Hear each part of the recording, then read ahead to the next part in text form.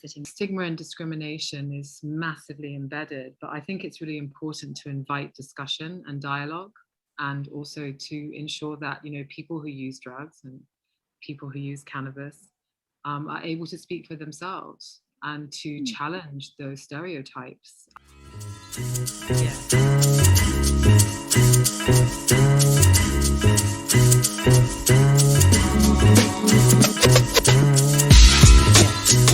The promenade, the people walking, the people talking, facade, what do you want? Now that we're actually talking about legal regulation, which is and it's happening, we also see that there are going to be some challenges because we still live in a capitalist society.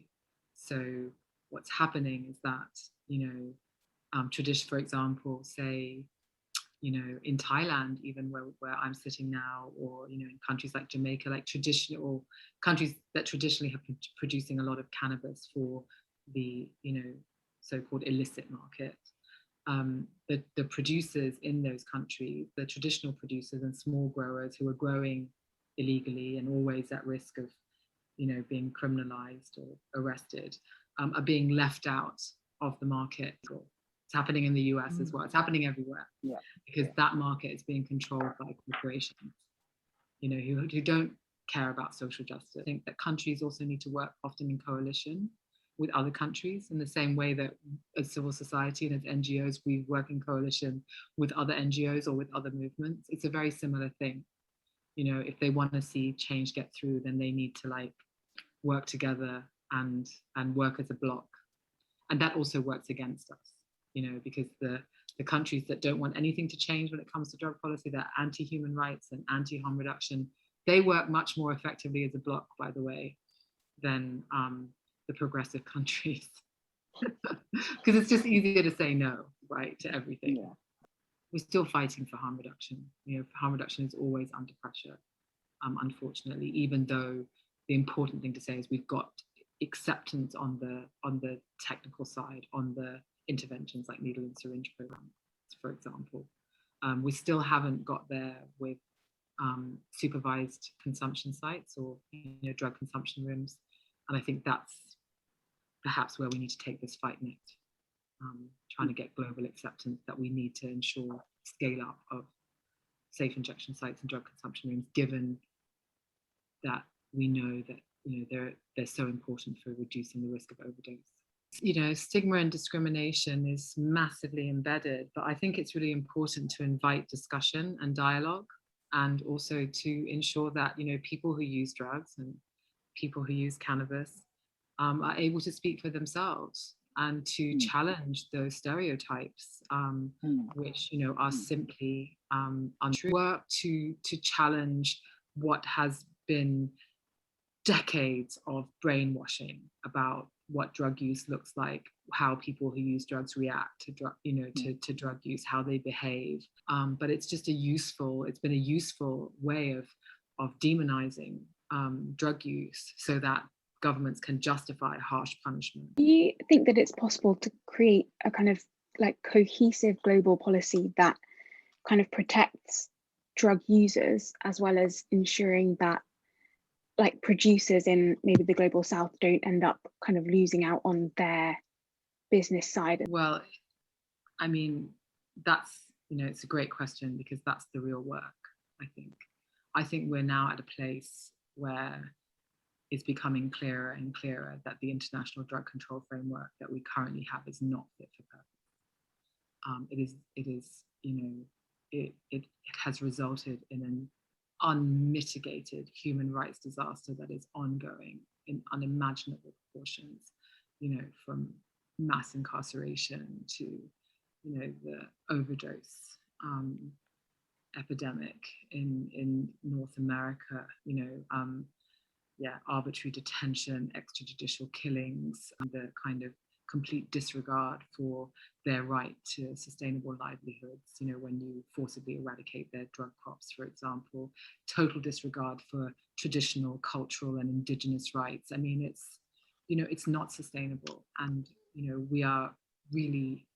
it's time to really, keep pushing and saying it must no longer be accepted.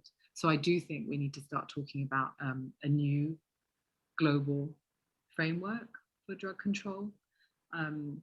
It's going to take time, and I think it's possible to imagine what that would look like, that would protect the health of people who use drugs, but also ensure that people who were involved in drug production and cultivation could also have their livelihood needs met, and could be protected as any other worker should be, right, and be afforded those protections of being part of part of a legal market.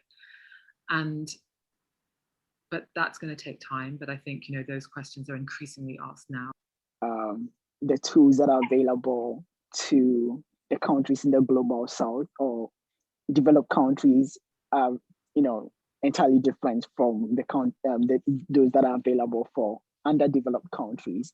Why is it so important for underdeveloped countries to be interested in drug policy reform when we still have basic health needs that we have not taken care of? Like, people are dying from malaria, people are dying from cholera. Why should we still care about drug policy reform? The question assumes that this country in the developing or in the global south isn't already spending an inordinate amount of money, probably millions of dollars, on drug law enforcement, and spending that money at the expense of some of these health issues that you've just mentioned, and also the fact that punitive law enforcement measures are also exacerbating other health issues, or putting loads of people into detention centers or into prisons isn't costing the government money.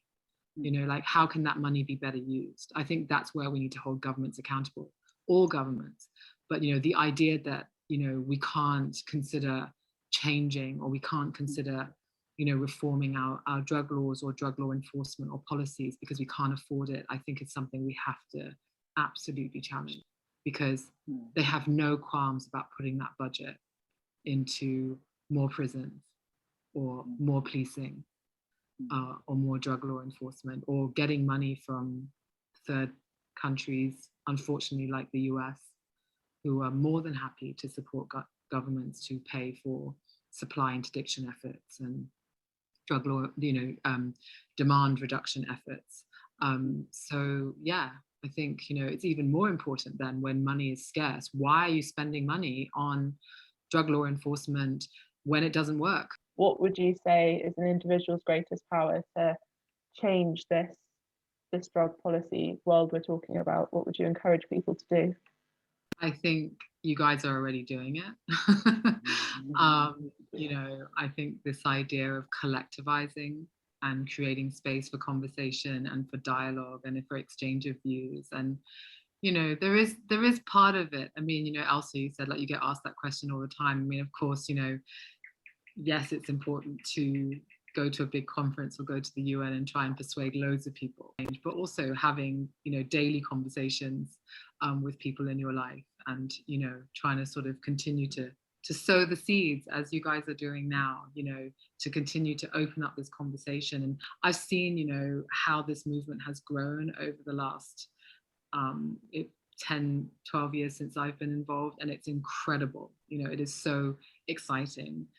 There's, and also talking to you guys, young people who are engaged and excited and motivated and angry, to do this work, I think is so important. So I think it is, I always believe that, yeah, your power as an individual is to bring, your